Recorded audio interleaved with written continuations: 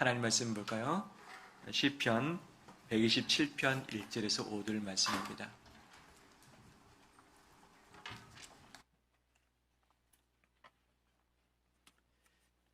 시편 127편 1절에서 5절 말씀.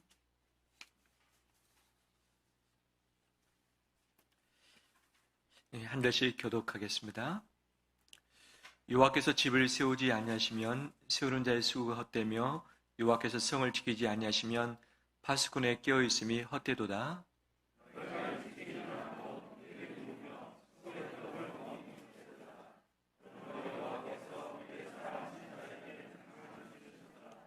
보라, 자식들은 여호와의 기업이요 태의 열매는 그의 상급이로다. 같이 읽겠습니다. 이것이 그의 화살통에 가득한 자는 복되도다. 그들이 성문에서 그들의 원수와 담판할 때에 수치를 당하지 아니하리로다. 아멘. 우리 가까이 분들 인사 나눌까요?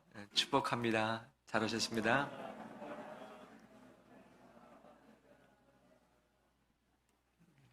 얼마나 참 반가운지요. 또 영상을 통해서 함께 하신 우리 성도님들 축복합니다. 예배 시간 마지막 때까지 마음이 자세가 흐트러지지 않도록 주님께 집중했으면 좋겠습니다. 질문 드리겠습니다. 자식 농사 잘 하셨습니까? 자신 있게 대답하기에 좀 송구스러운 부분이 있죠. 볼륨 좀 낮춰주실래요? 그러면 부모님이 나를 볼 때에 자식 농사 잘 했다고 생각하고 있을까? 어떻습니까? 부모의 기대만큼 잘 살아온 것 같습니까? 이 부분도 역시 대답이 여의치 않을 수 있죠.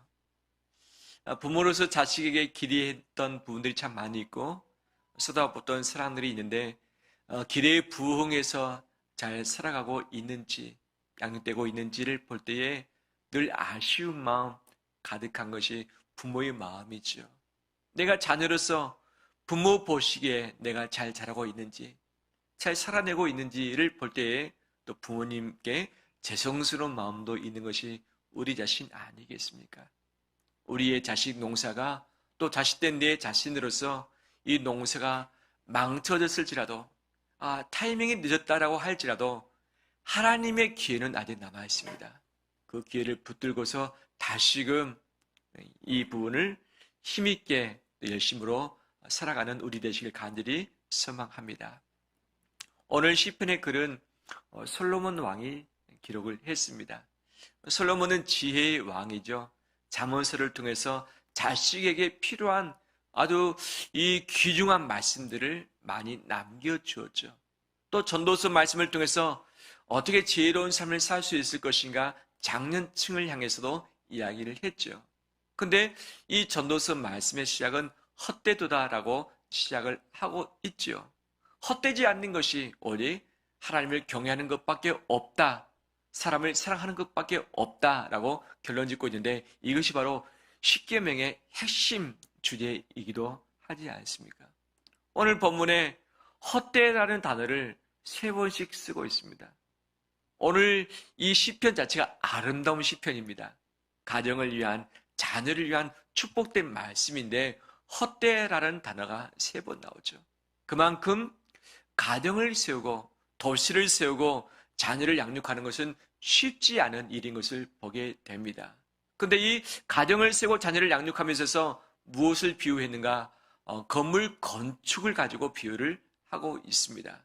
여호와께서 집을 세우지 아니하시면, 건축하지 아니하면 수고하는 자의 수고가 헛되다라고 이야기하고 있죠. 솔로몬은 지혜의 왕일 뿐만 아니라 건축 전문가였습니다. 성전을 바로 짓지 않고 성전 짓기 전 4년을 준비했습니다. 성전을 열심히 최선을 다해서 하나님의 집을 지어 드렸는데 몇 년 걸렸습니까? 7년이 걸렸습니다. 하나님의 집을 짓고 난 다음에 자기 자신의 집을 지었습니다. 청와대를 지었던 거죠. 몇 년 걸렸습니까? 11년이 걸렸습니다. 11년. 상당히 13년이 걸렸죠. 상당히 긴 시간입니다. 성전 건축과 이 왕궁 건축만 해도 20년 소요된 것이죠. 준비기간 포함한다면 24년 걸렸습니다. 자기 왕위에 재직했을 기간이 40년인데 절반 또는 그 이상을 건축에 애를 썼던 거죠. 하나님의 집을 짓고 왕의 집을 짓는데 좋은 재료를 가지고 가장 숙달된 이 건축자들을 데리고서 했던 것 아니었겠어요. 그 누구보다도 멋들어지게 온전하게 지어서 봉헌하며 살기 위해서 정말 최선을 다하지 않았겠습니까? 건축에 있어서 누구보다도 전문가였던 이 솔로몬, 가정을 또는 이 도시 국가를 세우는 것을 건축으로 비유하고 있죠. 아무리 열심히 해도 헛될 수 있다, 잘못할 수 있다라고 하는 거죠. 집 지어보신 분 계십니까? 건축해 보신 분 계십니까? 건축 관련 일들을 하고 계신 분들 계시죠? 예, 참 쉽지 않죠. 쉽지 않죠. 저도 이 교회를 건축하면서 두 차례 이 설계부터 시공, 토목부터 해서 인테리어 마지막 설비까지 다 마무리한 것을 참여됐고 지켜보게 됐는데 참 쉽지 않은 기간들이었고 그 안에 갈등도 많이 있고 변경도 많이 있고 이 건축비가 더 많이 불어나가지고 책임을 지기 쉽지 않은 그런 부분들도 있었죠. 우리는 이 건물을 들어오면서 건축하진 않았지만 인테리어 시설을 다시 하면서 또 한 달 기간을 우리가 준비하는 것도 있지 않았습니까? 참 쉽지 않습니다. 솔로몬은 말합니다. 가장 중요한 것이 여호와께서 집을 세우지 않으시면, 여호와께서 가정을 건축하지 아니하시면 수고가 헛되다. 여호와께서 자식을 책임지지 않으면 자식의 양육 농사가 헛될 수 있다라고 이야기하고 있죠.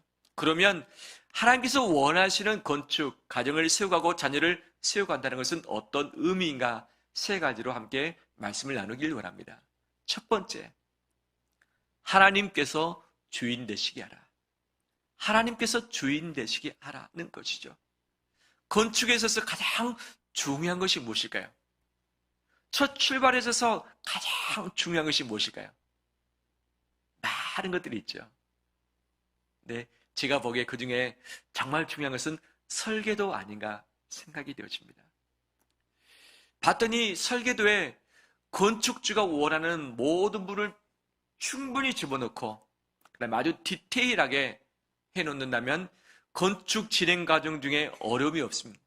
근데 설계도가 건축주의 마음이 잘 반영되지 않았을 때는 건축주가 보다가 중간에 바뀌는 경우, 변경하는 경우가 생기고 그 다음에 디테일하게 잘 되지 않았을 때는 할 때마다 주인에게 물어보는 이거 어떻게 할까요? 이거 저 어떻게 할까요?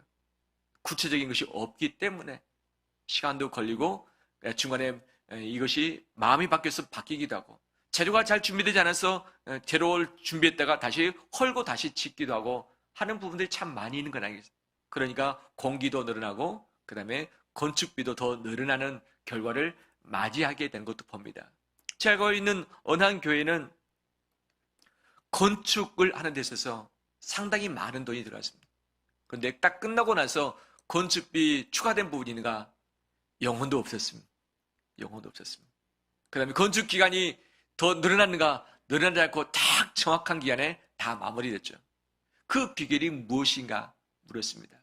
그랬더니 오랜 시간을 통해서 설계도를 보완해가지고 철저하게 설계도를 준비했다.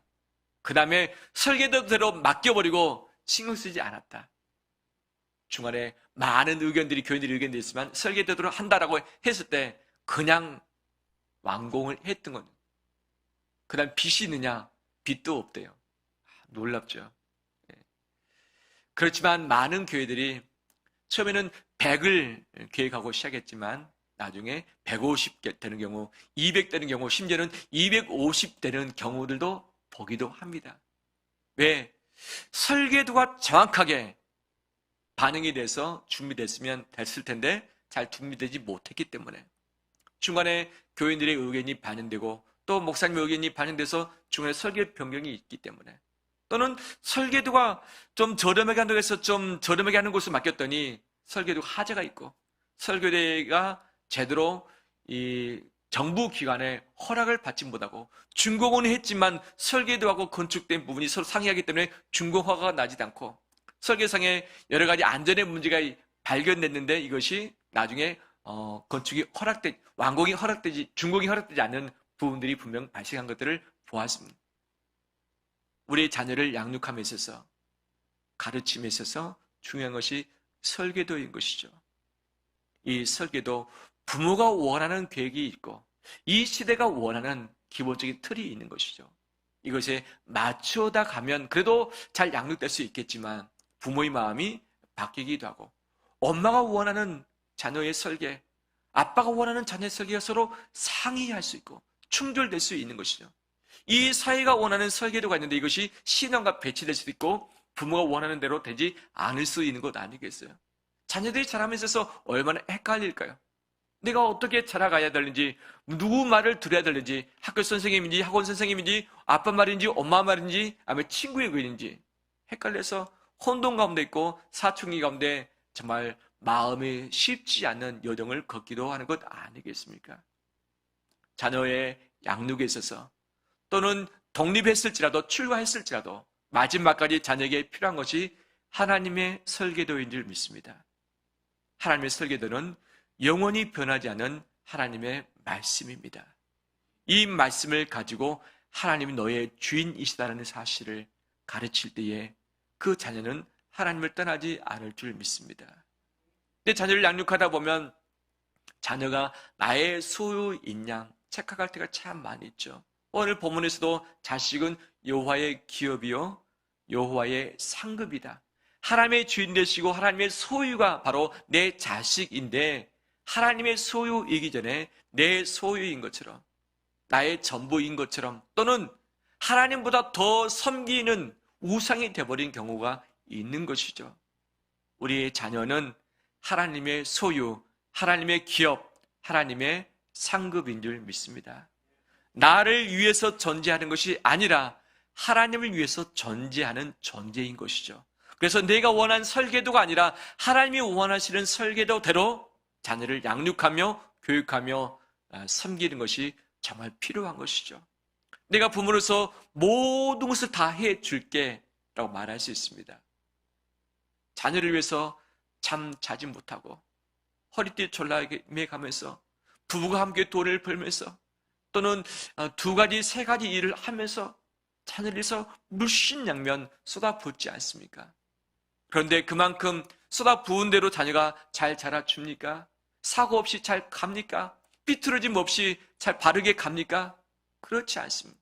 여러 가지 어려운 일이 발생할 수밖에 없죠. 제가 예전에 고등부를 지도했을 때 한 학생을 상담한 적 있었습니다. 그 가정은 상당히 부유했습니다. 아버지가 잘 나갔습니다. 자식 그 아들에게 하고 싶은 것을 다 해줬고 그 다음에 필요한 모든 것을 다 제공을 해줬습니다. 공부하고 싶다면 모든 걸 다 할 수 있도록 다 해줬죠. 남부럽지 않는 가정의 자녀였습니다. 하루는 그 아이가 전사님 엄마 아빠를 죽이고 싶어요. 엄마 아빠 죽이고 싶어요. 내가 힘 좀 있다면 내가 크고 난다면 엄마 아빠 죽일 거예요. 그럼 무서운 말을 한 것을 들었어요. 왜 그러느냐? 라고 했더니 딱 두 가지. 왜 나를 함부로 하는지 모르겠다. 아빠가 왜 나에게 말을 함부로 하는지 모르겠다. 이것이 상처가 된 거고. 또 하나는 부부가 서로 너무 싸우는, 부모님이 싸우는 모습 너무 보기 싫다. 너무 보기 싫다. 남부럽지 않는 가정으로 보여지만 바로 그 가정의 분위기가 그렇게 되지 않는 상황. 마치 이 자식이 부모의 소유인 양 이렇게 이래라 저래라 하면서 계속 코치하고 잔소리하면서 하는 그 자체가 상처가 된 거예요. 모든 혜택은 다 받았다고 생각하지만 따뜻한 정서적인 혜택을 받지 못함으로 말미암아서 어긋날 수 있는 그런 상황이었던 거죠. 지금은 어떻게 됐을까요? 잘 살고 있습니다. 할렐루야. 다행히 잘 살고 있고 부모님도 죽지 않았습니다. 아마 사춘기 때 이 감정적인 폭발이 있어서 아마 그렇게 반응을 보였던 것 같고 그래도 잘 풀려났던 것이 은혜였던 것 같습니다. 우리 부모가 자식을 나의 소유로 삼았을 때 부모가 원하는 대로 이랬다 저랬다 그러는 거죠. 근데 엄마뿐만 아니라 아빠의 의견과 서로 달랐을 때 자식들은 헷갈릴 수 있는 것이죠. 어떤 기준을 맞출 것인가? 내 모든 것이 다르다 할지라도 영원히 표현치 않은 하나님의 말씀의 기준 가지고 하나님이 부모 되시고 하나님의 주인 되시는 삶을 살도록 한다면 가장 좋은 양육 또 자녀를 기르는 법인 줄 믿습니다. 하나님의 주인 되시는 이 삶은 어떤 삶일까? 두 가지입니다. 시간의 주인이 하나님이신 것을 알게 하는 것, 재정의 주인이 하나님인 것을 알게 하는 것이죠. 우리의 시간이 있을 때 자녀에게 무엇을 하라고 어렸을 때 가르칩니까? 공부 좀 해라. 야, 제발 좀 공부 좀 하지 말고 놀기 좀 해라. 제발 좀 공부 좀 하지 말고 아니면 좀 먹으면서 지내라. 라고 말씀하신 적이 있으십니까? 대부분 우리는 공부해야만 좀 더 나은 학교를 갈 수 있고 그래야만 좀 더 나은 직장 또 결혼 생활을 할 수 있기 때문에 공부가 우리 삶의 전부였던 것은 우리 한국 시대에 틀림없는 말입니다. 이 공부 때문에 그래도 우리나라가 또는 국가적으로 이 국위 신앙이 된 것 아니었겠습니까? 그런데 모든 시간의 우선순위가 공부이다 보니까 공부가 우상이 되어버린 것이죠. 그러면 공부할 시기가 끝났어요. 그럼 무엇이 우선이 될까요? 시간의 우선순위는 자기 자신이 되는 것이 자기가 시간의 왕이 돼서 자기 마음대로 시간을 사용을 한 것이죠. 아무리 공부를 해야 할 부분이 있어도 너가 하나님을 경외하며 하나님을 예배하는 것이 가장 우선이다. 하나님 너의 주인이시다. 그 시간을 빼뜨리지 말도록 부모가 본을 보이고 그 삶을 살아갈 수 있도록 할 때에 공부의 시기가 없어진다 할지라도 바로 시간의 주인이 하나님인 것을 알고서 하나님을 떠나지 않은 자녀되게 될 줄 믿습니다. 돈 역시 마찬가지죠. 부모가 자녀를 위해서 핏빠지게 애써서 벌어서 뒷발을 차지만 자식이 알아주면 다행인 것이. 근데 몰라주는 자식들도 있는 것 아니겠어요? 자식이 어느 정도 알아준다 할지라도 진짜 부모의 깊은 속사정을 다 할 수 있을까요? 모릅니다. 모릅니다. 자녀가 필요한 모든 것을 뒷바라지 한다고 하지만 자녀가 나중에 왕대접을 받았기 때문에 나중에 부모보다 더 힘이 세지고 키가 커지고 생각이 넓어지면 부모 말을 듣지 않기 시작합니다. 나중에 독립했을지라도 부모의 돈을 탐내면서 부모의 돈이 다 내 돈인 양 그렇게 착각을 하기도 하는 거죠. 그렇지만 내 돈은 나의 것이 아니라 하나님의 것이다. 하나님의 11조를 정확하게 드리고 남은 부분도 하나님의 뜻대로 사용한다. 그 남은 것의 일부를 가지고 너를 양육할 뿐이다.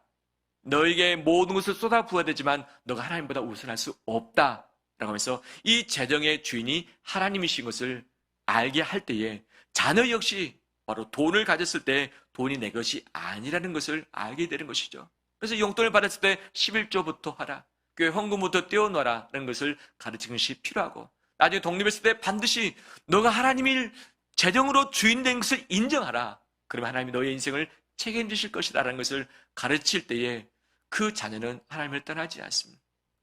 제가 보기에 누가 가장 좋은 신부감이고 신랑감인가, 누구를 사이로 누구를 며느리로 삼을 것인가를 봤을 때 제가 보는 우선순위 이겁니다.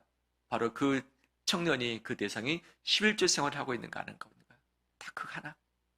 교회를 얼마나 열심히 다니는가 중요하고 교회에서 어떻게 봉사하는가 정말 중요합니다. 그런데 하나님이 주인된 삶을 살지 않는 청년들은 갑자기 신앙이 사라지고 식어지는 부분들이 상당히 많이 있고 군대 가거나 직장 생활하거나 누군가를 사귀면 신앙이 사라지는 경우들이 발생하죠. 그런데 이 재정적으로 시간적으로 하나님의 주인된 삶을 살아내는 바로 그 청년은 누굴 만나든지 어느 직장에 갔는지 간에 이 마음이 흔들리지 않는 거죠. 그래서 정말 하나님을 주인 삼는 자녀로 삼아주는 우리 되길 간절히 소망합니다. 그런데 말로써 이것을 한다고 다 알아먹겠는가? 그렇지 않죠. 가장 중요한 교육 방법은 무엇일까요? 부모님이 그 삶을 살아내는 것이죠. 정말 분주하고 집안 행사도 많이 있고 출탈 일도 많이 있는데 내가 하나님께 예배 드리는 것을 우선적으로 하고 나서 나는 움직인다. 이 시간 빼뜨릴 수 없다. 라고 못 박으면 자녀들은 부모 스케줄을 맞출 수밖에 없고 자녀들 나중에도 역시 본인들도 하나님 스케줄에 맞춰서 살아가게 되는 것이죠. 그런데 급하니까, 중요하니까, 엄청나게 많으니까 바로 예배드린 삶을 빠트려 먹고서 막 일을 했을 때 자녀들도 마찬가지로 하나님께 대한 그 신앙이 사라지고 흔들릴 수 있는 것이죠. 부모가 그 삶을 살아내는 것이죠. 재정이 정말 쪼들렸을 때, 힘들었을 때는 헌금 내는 그 자체가 시험에 들 때가 분명히 있어요. 이 돈이면 지금 당장 무엇을 할 수 있는데, 당장 먹고 살 것이 없을 때, 입에 풀 칠하고 있을 때 정말 그 돈이 정말 소중한 것 아니겠어요? 그럴 때 쓸 수 있지만, 그렇지만 이 돈은 하나님의 돈이다. 우리는 굶을지라도 이것은 못 쓴다. 하나님의 것을 유용할 수 없다라고 못 박는다면 이 삶을 살아낼 때에 자녀들이 부모의 등을 보고서 함께 살아오게 될 줄 믿습니다. 헨리 나우엔이 자녀에 대한 이야기를 영혼의 양식이라는 책에서 이렇게 이야기를 했습니다. 한번 제가 읽어보겠습니다. 아이들은 부모의 손님입니다. 아이들은 그들을 위하여 마련된 공간으로 들어와 잠시 15년, 20년 혹은 25년간 머문 후 그들 자신의 공간을 만들어 떠나버립니다. 부모들이 우리 아들, 우리 딸이라고 부르지만 아이들은 부모의 소유물이 아닙니다. 여러 면에서 아이들은 타인입니다. 부모는 아이들을 알아야 하며 그들의 강점과 약점을 발견하고 아이들이 성숙하도록 인도하고 그리고 아이들 스스로 결정할 수 있도록 허용해야 합니다. 부모가 자녀들에게 줄 수 있는 가장 큰 선물은 부부간의 사랑입니다. 그 사랑을 통해서 부모는 아이들이 불안해하지 않고 자랄 수 있는 장소를 만들어주어 자녀들이 자신감을 키우고 자기 자신의 인생의 길을 선택하는 자유를 발견하도록 격려하게 됩니다. 라는 글을 적고 있죠. 자녀들은 부모의 소유가 아니라 손님일 뿐이다. 잠시 머물다가 독립할 자다. 가장 줄 수 있는 큰 선물은 재정적인 바로 이 상속, 그 다음에 가장 좋은 양질의 교육을 받을 수 있는 기회를 제공하는 것보다도 부부가 서로 사랑하는 것, 이것이다라고 이야기를 하고 있죠. 다 줘도 사랑의 모습을 보이지 못한다면 정서적인 안정되지 않고 부모의 말이 헛되다는 것을 알기 때문에 부모를 신뢰하지 않는 것이죠. 부모가 말한 것뿐만 아니라 삶을 그렇게 살아낸다면 부모를 신뢰하고 존경하면서 부모가 살아가는 그 신앙대로 함께 따라오는 것 아니겠습니까? 바로 이런 귀한 삶이 우리 가정에서 펼쳐지길 간절히 소망합니다. 우리 자식은 다 커버렸는데요, 다 독립했는데요, 함께 떨어져 사는데요 라고 할지라도 마지막까지 부모는 부모입니다. 이 세상 떠날 때까지 부모는 부모인 것이죠. 그래서 계속해서 기도해주고, 그 다음에 함께 모일 때에 함께 예배 드리고, 그 다음에 모일 때에 신앙 체크해주고, 이것을 잔소리로 생각하면서 잘 듣지 않으려고 하면서 오히려 화를 낼 수도 있지만 감정적으로 풀기보다는 정말 너 하나님이 너의 주인이시고 너를 지키지 않으시면 너는 절대 아무것도 할 수 없다는 것을 진심 어린 마음을 가지고 이야기해주고 양육해주며 나갈 때에 분명 하나님께서 친히 역사하실 줄 믿습니다. 부모의 손은 잠시 떠났을지라도 하나님의 손 안에 있습니다. 하나님이 여전히 우리 자녀의 부모 되시며 그들 마지막까지 책임져 주십니다. 부모가 기도할 때에 하나님이 일하시고 기도할 때 사랑의 영적인 흐름이 자녀에게 면역력으로 가서 그 자녀들이 마지막까지 영적인 자양분을 먹고서 살아가게 될 것을 기대합니다. 마지막 세 번째, 부모가 자녀에게 할 수 있는 것이 무엇인가? 그것은 신앙교육이죠. 신앙교육. 참 쉽지 않습니다. 우리 한국은 학교에 우리 자녀를 맡깁니다. 그런데 학교에서 모든 것을 충족시키지 못하기 때문에 학원을 통해서 또 다른 보충의 부분을 도움을 받는 것이죠. 부모가 직접 가르치는 것은 한계가 있죠. 그렇기 때문에 다 맡겼습니다. 그런데 다 맡겼는데 신앙까지도 교회에 맡기는 사례가 이미 발생을 했죠. 교회 주일학교, 꿈남학교에서 하는 그 모든 것을 다 맡기고 집에서는 신앙교육을 하지 않는 이런 부분이 있어진 것이죠. 유대인들은 13세 됐을 때 성인식을 거행합니다. 그 전에는 부모가 완전히 통제해서 하브루타 교육을 하는 거죠. 서로 질문을 통해서 주고받으면서 문답 교육을 하는 거죠. 우리가 요리 문답을 하듯이. 그런데 이 책임은 철저하게 부모가 감당을 하고 있고 부모 중에서도 엄마가 그 역할을 감당을 합니다. 그래서 매일 또는 매 주마다 시간을 정해놓고 자녀의 신앙교육을 직접 부모가 집에서 하는 거죠. 이 학교 교육은 위탁한다 할지라도 신앙교육만큼은 집에서 하는 것이 유대인들인 것이죠. 13세까지 철저하게 하고 나서 모든 것을 암송케 하고 가치관을 형성하게 하고 나서 그 다음에 자유를 주는 것이죠. 성인이 된 이후에 사춘기에 들었으면 그들이 흔들림이 없죠. 근데 전 세계에 청소년들을 조사하고 연구를 했는데 사춘기를 대부분 지난다고 하는데 사춘기가 잘 일어나지 않는 민족이 있던 그 민족이 누구일까요? 유대 민족. 사춘기를 발견하기가 쉽지 않아요. 여동치는 것이 별로 없다는 거죠. 왜? 자기의 가치관이 정립되기 직전에 말씀으로 그 인생의 가치관을 심어주어서 흔들림이 적다는 것 아니겠습니까? 우리에게 참 시사한 바가 큽니다. 아직 자녀를 내 품 안에 두신 분들 말씀으로 양육하며 가르치는 이 기회를 함께 갖길 원합니다. 가정에서 함께 주님을 찾고서 함께 기도하는 그 시간을 놓치지 않길 원합니다. 이미 출가를 했으면 모일 때 또는 방문할 때마다 축복 기도해주고 말씀으로 권면하며 나가는 우리 되길 원합니다. 말씀 교육은 반드시 부모가 마지막까지 책임져야 할 사명인데 이것을 잃었을지라도 다시금 붙들고서 이 일을 함께 위해서 애쓰는 우리 되시길 주의 이름으로 축원합니다. 말씀을 마무리합니다. 자식 농사는 참 쉽지 않는 것 같습니다. 애를 써도 부모의 마음대로 자식이 잘 살아내지는 못한 것 같습니다. 너무 시기가 늦었나? 부모의 능력을 벗어났나? 라고 하는 이 후회스러운 것이 다가온다 할지라도 하나님의 기회는 남아있고 하나님의 말씀은 영원한 줄 믿습니다. 포기치 않고 더 기도하면서 자녀를 말씀으로 양육하고 자녀가 그런 삶을 살 수 있도록 부모가 먼저 언행의 본이 되어서 하나님의 주인 되시는 삶을 함께 살아내는 우리 되시기를 주의 이름으로 축원합니다.